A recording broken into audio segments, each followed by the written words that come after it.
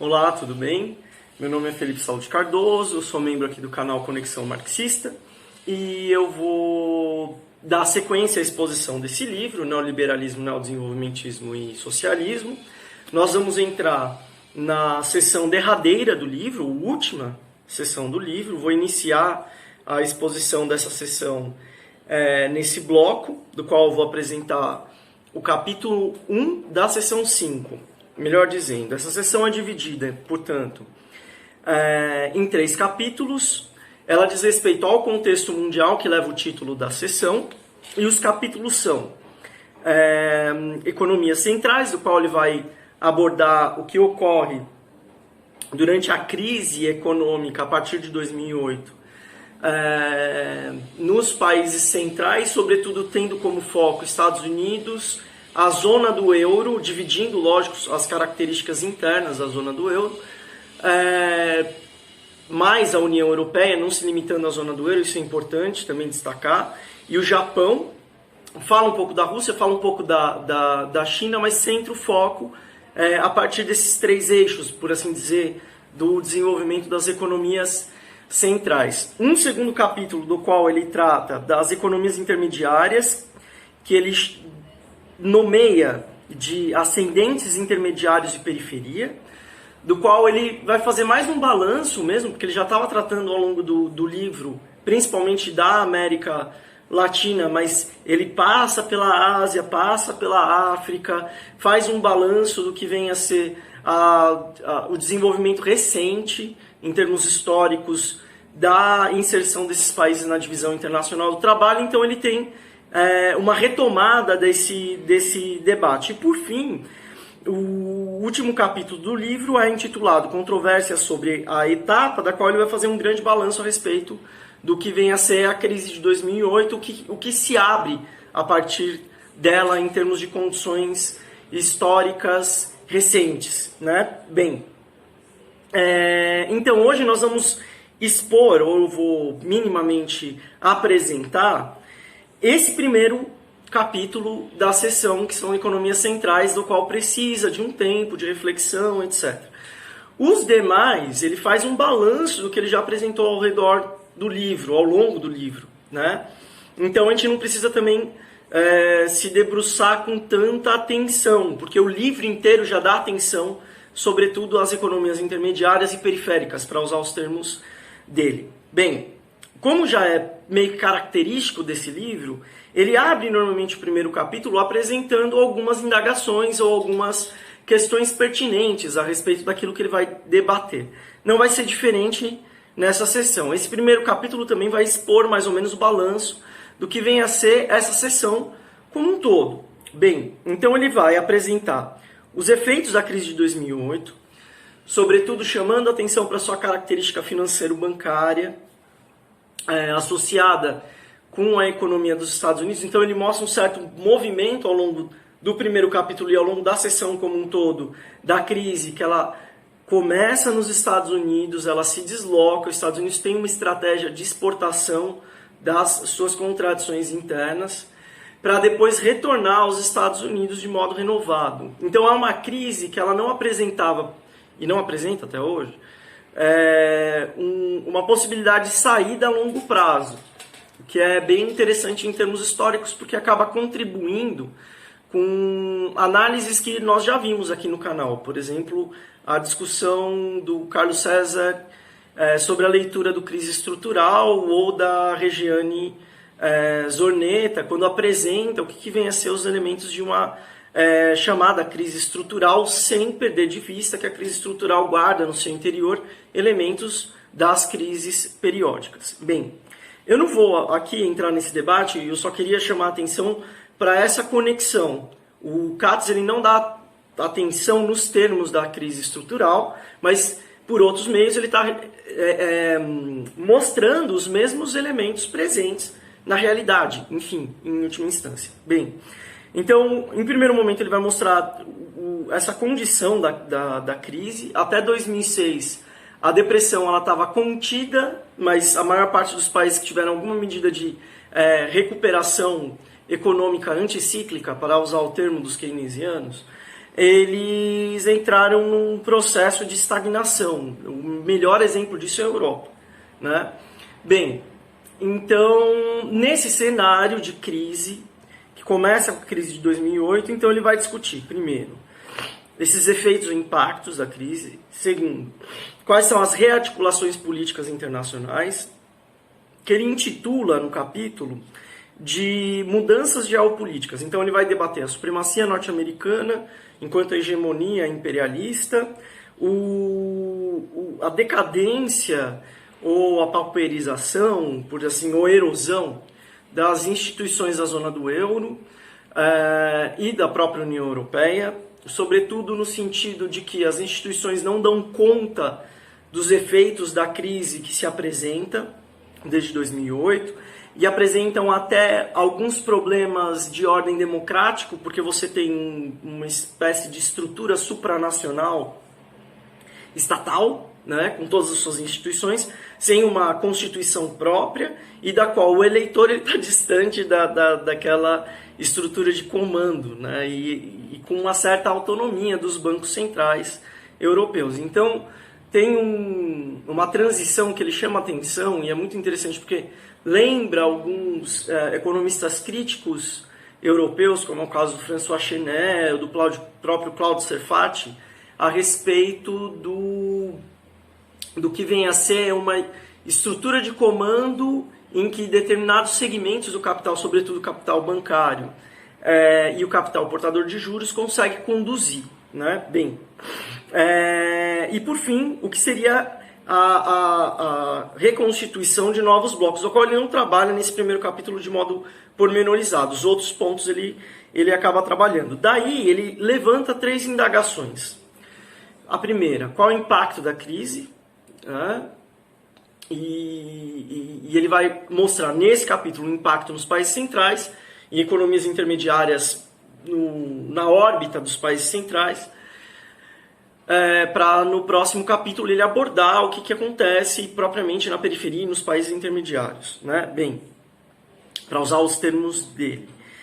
Em segundo lugar, qual seria o alcance e o significado da multipolaridade, que não é tão multipolar assim, porque tem uma hegemonia que possa apresentar características de decadência, mas ainda se mantém enquanto principal potência econômica, militar e política internacional, que é o caso dos Estados Unidos. Ele vai mostrar os pormenores desse aspecto. E, por fim, ele indaga a respeito de uma possibilidade de mudança dos eixos do neoliberalismo. Lembrando que ele escreve um livro entre 2014 e 2016, então ele é datado.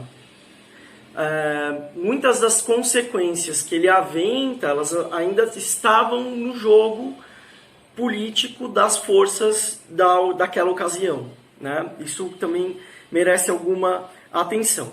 Então, por que ele faz essas 3 indagações? Primeiro, porque ele vê de modo expressivo, em escala internacional, uma nova ofensiva do capital, que renovaria, portanto, o ciclo neoliberal.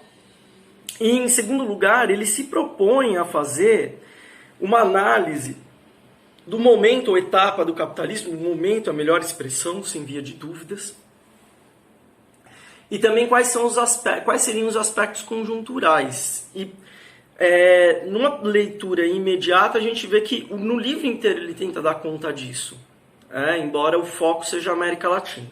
Então, no livro inteiro ele tenta dar essa ênfase de uma análise conjuntural do momento atual. Bem, dada essa pequena exposição do que vem a ser a sessão como um todo, a gente pode entrar no primeiro capítulo, que é a proposta aqui desta exposição.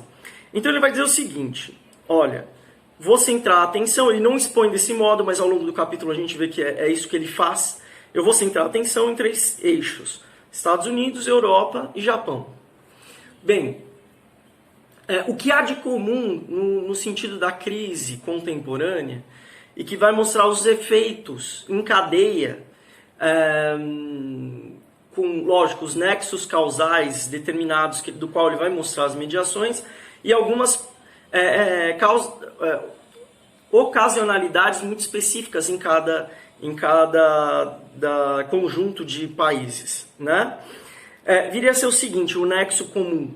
Primeiro, desde a quebra do Lehman Brothers nos Estados Unidos e de outros grandes bancos, você tem uma busca de estratégia de saída da crise, da qual toda a ortodoxia monetarista e neoliberal, não ela cai por terra, mas ela é flexibilizada no sentido de ainda se mostrar em voga como ideologia dominante, mas ao mesmo tempo precisa adaptar um pouco o seu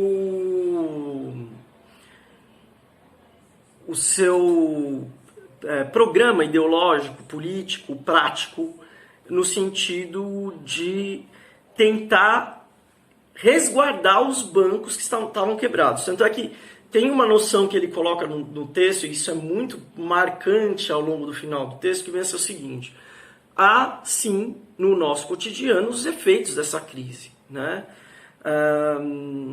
E a crise bancário-financeira ela se tornou parte quase que constante da tentativa de recuperação das economias centrais. Isso se espraia para os países periféricos também, sem via de dúvida. Bem, aqui no nosso caso, Tupiniquim, recentemente nós vimos com a crise da pandemia, que não é da pandemia em si, né? Mas ela acelera uma crise já em marcha, ou contradições já em marcha. Uma das grandes estratégias do nosso ministro da Economia, Paulo Guedes, foi resguardar os bancos, né? Então, existe uma linearidade do ponto de vista de tentar salvaguardar o capital bancário e portador de juros, uma vez que ele tem um papel predominante e uma certa primazia na economia contemporânea. Bem, então ele vai dizer o seguinte: uma turbulência, e turbulência também foi o termo mais utilizado. O Alan Greenspan, que é um ex-presidente do Banco Central norte-americano, que é o Federal Reserve, ele escreve um textinho pequenininho chamando A Era da Turbulência, só para retratar a crise de 2008. Vale a pena a leitura, tá? Fica a indicação aqui. Bem, mas vamos chamar a atenção ao neoliberal falando da crise neoliberal. É estranho, né? Mas cabe a leitura, tá? Cabe a leitura para a gente entender como funciona a cabeça desses sujeitos e quais são as interpretações que eles têm a respeito do mundo, sobretudo do mundo contemporâneo. Bem, então, desse ponto de partida, ele vai dizer: tem um dilema de socorro, né, aos bancos, do qual todos os países centrais vão minimamente seguir. Nesse dilema, do impacto imediato que se vê, que os Estados Unidos têm uma instável recuperação, muito frágil, e que tentou salvaguardar os bancos. A Europa tem uma anêmica recuperação, tanto é que ela vai sentir o efeito da crise de modo muito mais acentuado, sobretudo a partir de 2010, 2011, a gente vai sentir esse efeito de modo mais acelerado na Europa, não só nos Estados Unidos.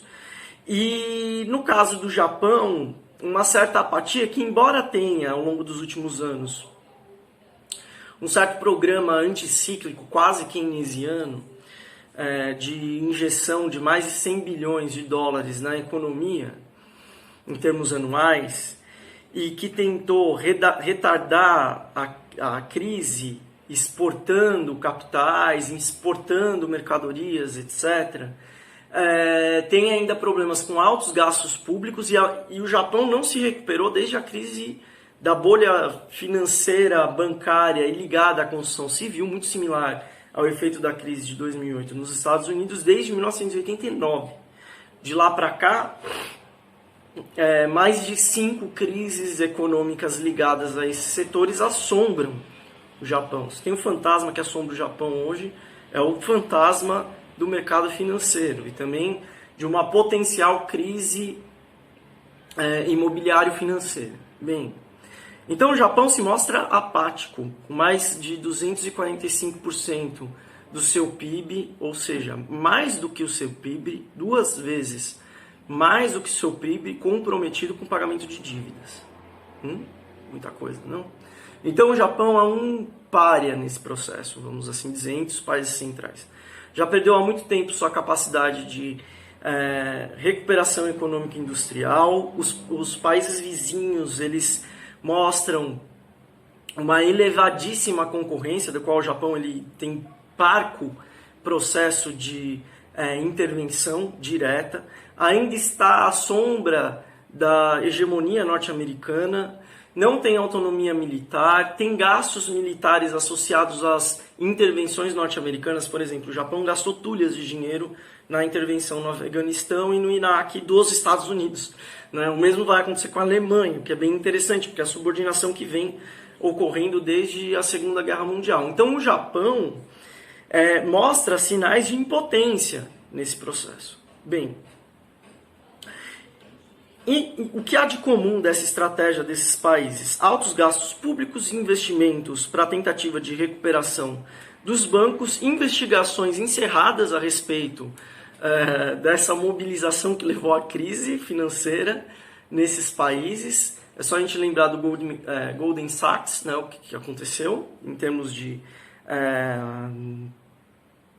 que os responsáveis pela crise não foram sequer presos, meia dúzia de gatos pingados, e a possibilidade de desobstrução do mercado financeiro. Então, há uma centralização dos gastos na recuperação dos bancos. Ponto. E isso acontece em comum, lógico que acontece em comum entre esses países. Lógico que é assim.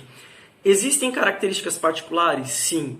Existem medidas diferenciadas? Sim. Não é à toa que o CADES ele chama muita atenção para uma certa medida do Federal Reserve, que é o Fed, ou o Banco Central norte-americano, de tentar relaxar em termos quantitativos a política monetária, para que ela seja, entre aspas, menos ortodoxa, que promova a liquidez, queda da taxa de juros, etc. E os bancos centrais europeus, eles entram num círculo vicioso de ciclos de resgate aos bancos, aumento da dívida pública, déficit fiscal e política de austeridade, da qual a gente sabe que quem é o grande carro-chefe dentro das economias europeias em termos de conduzir esse processo, porque tem condições tanto bancárias quanto produtivas para manter esse ciclo, é a Alemanha, que não só promove esse processo, como ganha com os juros das dívidas dos países associados ao mercado comum europeu, a zona do euro e a União Europeia como um todo. Há muito tempo a Inglaterra perdeu já condições de ser uma potência. Cabe destacar que aqui o CADES está escrevendo antes do Brexit, então muita coisa rola depois, porém essa hegemonia alemã já está apresentada, só que a Alemanha não tem a mesma condição material, sobretudo militar, que os Estados Unidos têm para manter o caráter imperialista internacional que a potência Yankee se mantém como central. Bem, isso posto, então nós vemos nesse dilema, por assim dizer, para usar o termo do CADES, um problema entre estagnação de um lado, se você não salva o banco, dificilmente vai ter créditos no mercado para a economia privada que possa reinvestir no setor produtivo. Por outro lado, a presença de bolhas especulativas, da qual essa recuperação dos bancos apresenta já um novo ciclo. Ou seja, as causas da crise, de fato, não são combatidas. É uma contradição nova que é postergada, que é levada à frente, que é jogada como possibilidade, que é deslocada temporalmente para o futuro como possibilidade de saída que não se coloca de fato. Bem, então por que esses países seguem esse modelo? É algo que a gente precisa se questionar, e o próprio CADES faz essa indagação ao longo do texto. Uma das respostas que ele dá vem a ser a hegemonia norte-americana. E é importante e interessante ele levantar essa hegemonia não para acabar com o debate. Acho que o debate ele não vai se extinguir e nem deve se extinguir a respeito do que seria a posição dos Estados Unidos hoje internacionalmente e se ele está perdendo a condição de potência. ele recoloca esse debate, isso que é importante, mostrando que sim, os Estados Unidos não só mantém sua primazia militar como financeira, e isso se dá por inúmeros motivos. O primeiro motivo é a condição do dólar como sendo a principal moeda internacional, tanto em termos comerciais como em termos financeiros. Lembrando que, em termos de reservas internacionais, 62% são em dólares, de todas as reservas internacionais. 85% das transações internacionais são realizadas com dólar. Então eu não preciso situar mais do que isso, essa posição hegemônica dos Estados Unidos no sentido da sua política monetária, porque sua política monetária vai ter efeitos internacionais. Bem, um segundo ponto vem a ser o ritmo dessas políticas monetárias, que desde que o Paul Volcker, que é um funcionário ativo do Banco Central norte-americano, desenvolve essa política de deslocamento da crise para outras regiões, sobretudo com essas políticas monetárias, define o ritmo do comércio internacional. E, por fim, os Estados Unidos têm a condição de xerife financeiro também, não só xerife militar, pela condição de poder utilizar os instrumentos internacionais órfãos do Bretton Woods, como é o caso do Fundo Monetário Internacional e do Banco Mundial, do qual é interessante assim, o Katz cita o FMI, mas não cita o Banco Mundial. Isso não diminui a obra do Katz. Ele teria mais elementos para comprovar essa sua tese, que já é comprovada pela própria atuação do FMI, que atua internacionalmente, primeiro voltando a ser auditor da dívida internacional, e segundo, porque ele pode promover os ajustes num alinhamento entre as políticas de Austerlitz e as políticas do Federal Reserve. Nós sabemos disso porque, se nós estudarmos os manuais de economia das principais universidades nacionais, estou dizendo, aqui no Brasil, a respeito das políticas monetárias nacionais e internacionais, esses manuais estão cheios de jargões, conceitos, visões de mundo, a respeito de um tipo de intervenção específica nas economias nacionais que foram criadas ou em think tanks internacionais ou pelo próprio FMI, Banco Mundial e assim por diante. Bem, eu não preciso ir além disso. E por fim, ele vai dizer o seguinte: olha, nessa estratégia, eu vou chamar de tripé, ele não está chamando de tripé, tá? Então, manutenção do dólar como centro da moeda internacional, né? das transações internacionais, o ritmo definido pelos Estados Unidos em termos de comércio e transações financeiras, e por fim a condição de ajustes promovidos por agências internacionais, como é o caso do FMI, sob hegemonia intelectual dos Estados Unidos e também hegemonia política dos Estados Unidos, permitiu com que os Estados Unidos tivesse a condição de, antes da crise, antes do estouro da crise, ele pudesse exportar capitais em momento de excedente de capitais da sua economia interna, sobretudo para as economias intermediárias. E ao longo do livro nós vimos isso. Quando ele trata da América Latina, ele dá muita atenção ao México, ao Brasil e à Argentina, ao aumento da exportação de commodities, que se deu justamente por conta dessas exportações de capitais. Então não é algo que ele está especulando, né? E tampouco apresentando só em termos de abstrações do processo. Ele está mostrando em termos empíricos também, né? Lógico que as abstrações são necessárias para tentar pegar esses movimentos mais complexos, mas aqui ele mostra também em termos empíricos. Bem, e por fim, no pós-crise há um movimento inverso de centralização dos capitais nos Estados Unidos, o que é comum em períodos de crise. Não estou dizendo que é comum porque vai ser sempre igual. Existem componentes de diferenciação históricas desse processo.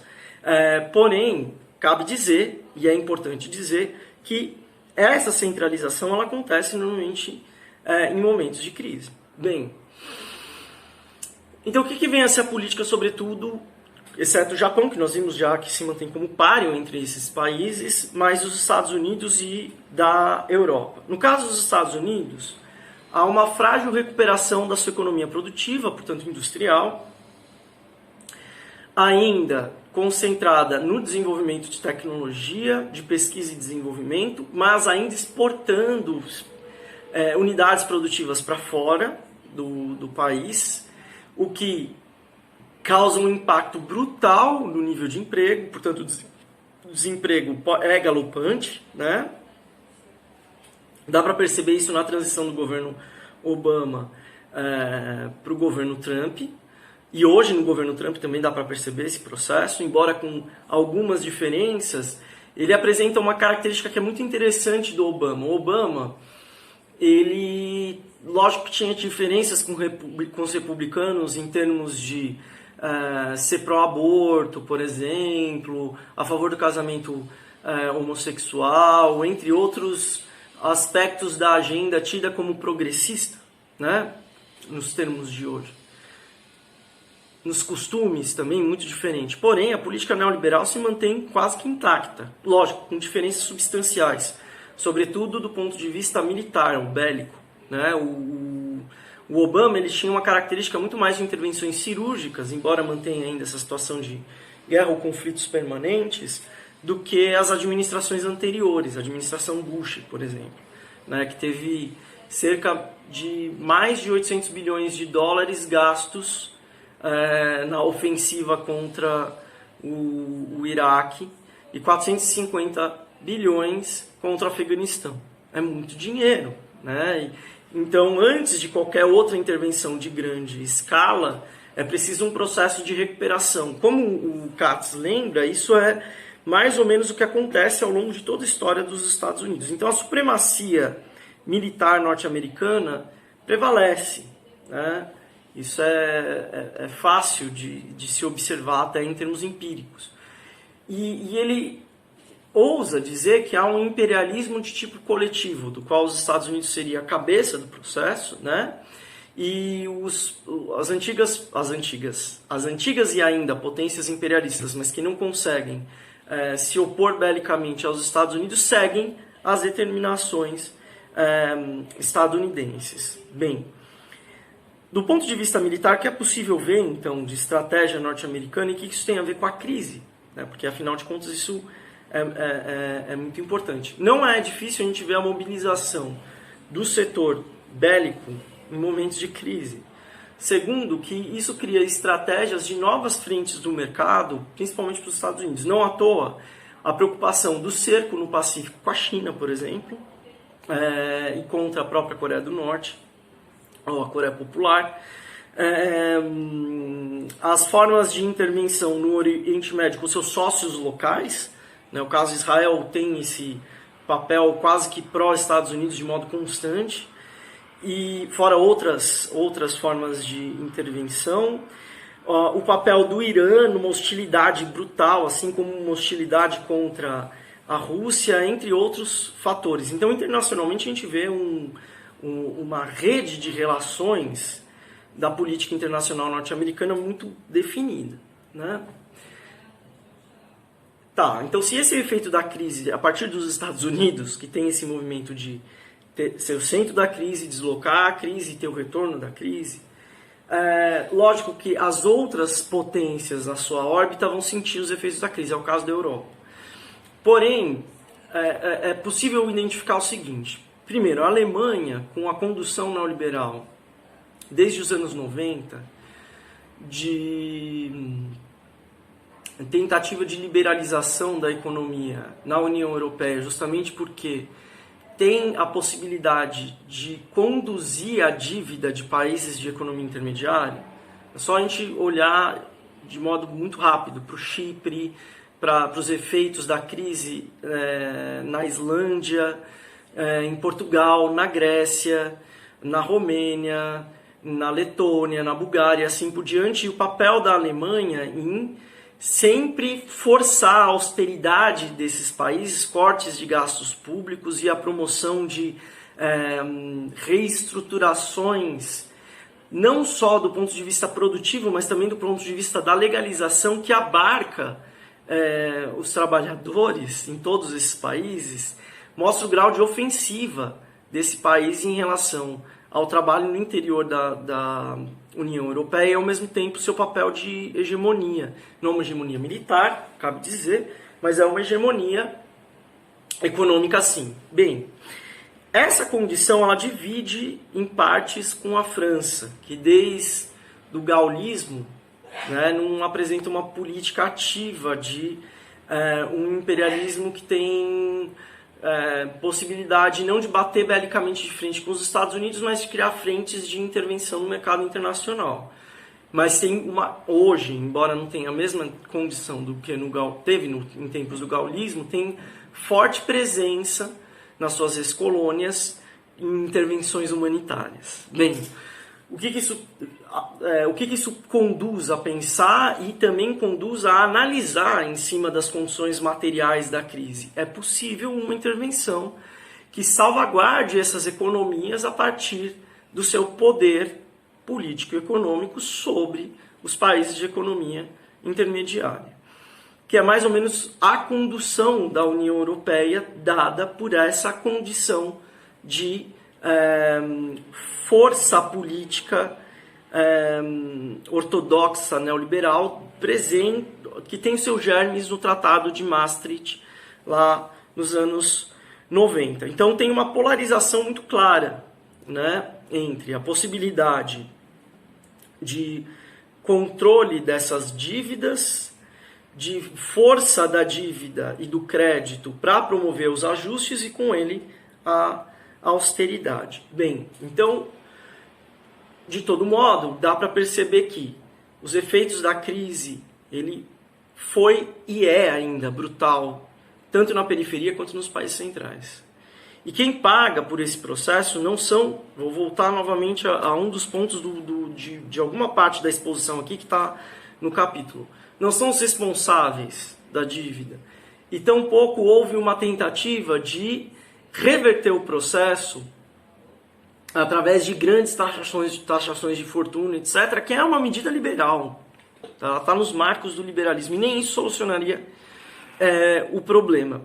Porém, a não tomada de medidas anticíclicas acentua de modo brutal a pauperização do trabalho, a perda de direitos da classe trabalhadora e um Estado que ele vai poupando os seus recursos para tentar promover frentes de ampliação dos lucros para empresas capitalistas. Então esse é o cenário da crise nos países centrais.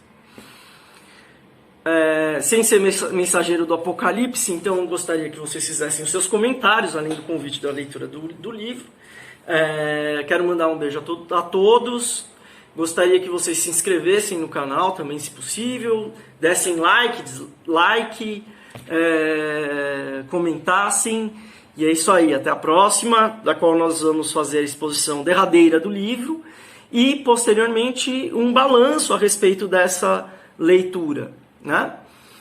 Então eu os convido para esses próximos vídeos. Beijão a todos, até mais.